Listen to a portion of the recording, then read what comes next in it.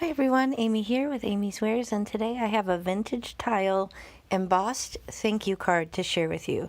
So I'm going to use this vintage tile 3D. It's a 6x6 embossing folder from Altenew, and I'm going to spritz this piece of cardstock with water. Now here are a couple photos to show you the finished card in the direction that we're going, but really this came together in minutes. So that's my favorite thing about embossing folders is the wow factor you can achieve with a very small time commitment. So I'm just going to load up this piece of cardstock. This is a 120-pound accent opaque, and you saw me spritz it with water. Now what that does is actually just allows the paper to take the kind of deep grooves of the embossing folder. So if you have paper that's kind of prone to cracking or you've had issues in the past, first of all, check your sandwich to make sure you're not applying too much pressure. But second of all, maybe try this water trick to see if that helps you kind of get a better impression. I'm just wiping off my work surface because I kind of sprayed water all over it. And here I'm just going to use my blending brushes.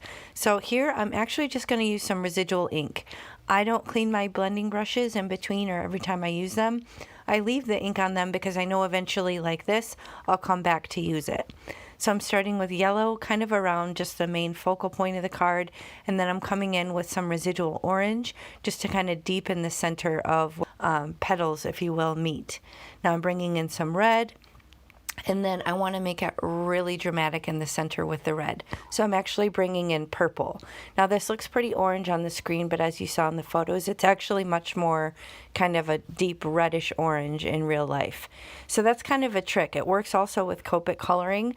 So if you ever really want to oomph up your deep red, instead of going to the next shade darker red, try and grab a purple. And it really gives you some deep contrast and really adds a lot of dimension and interest into your coloring.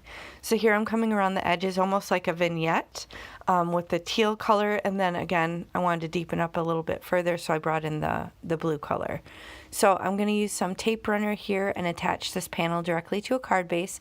This is the same cardstock, 120-pound accent opaque, and I'm just going to run this along the edges and a little bit in the center and then line it up with my card base. So if you do want to do some sort of decorative border or die cut for your panel rather than having it cover the entire card front, then be sure to use the die first. So die cut your panel before you run it through embossing, because if you run it through to die cut it down after you've embossed it, then you're going to kind of crush down some of that dimension that you just put onto the panel. So again, if you die cut and emboss, do your die cutting first.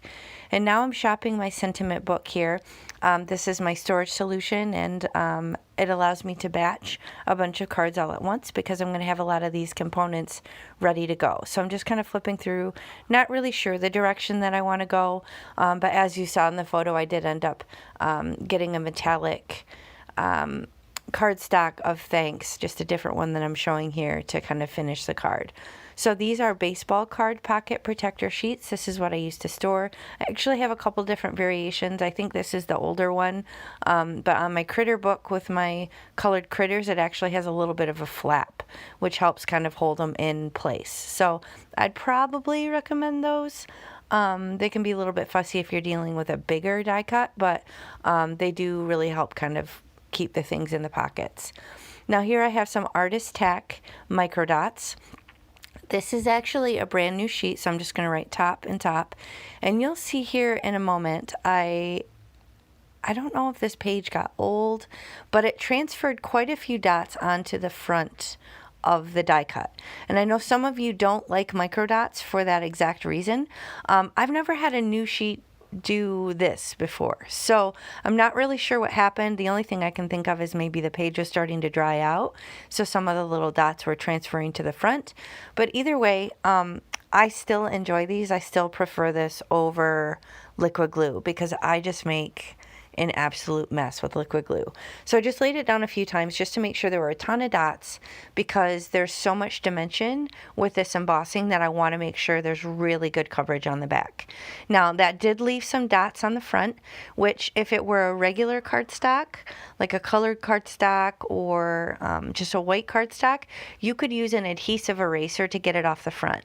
But with metallic, it really shows if those dots are on the front, and they kind of smudge around if you try and use an eraser. So what you can see I'm doing here, I actually have a Q-tip and some rubbing alcohol, and I'm doing that right on the front. So what that does is that rubbing alcohol will kind of eat through the adhesive, and then you can just kind of lift it up and wipe it off with that Q-tip. So that is a solution to help if you get glue dots on the front when you're using microdot paper and you're dealing with a metallic cardstock.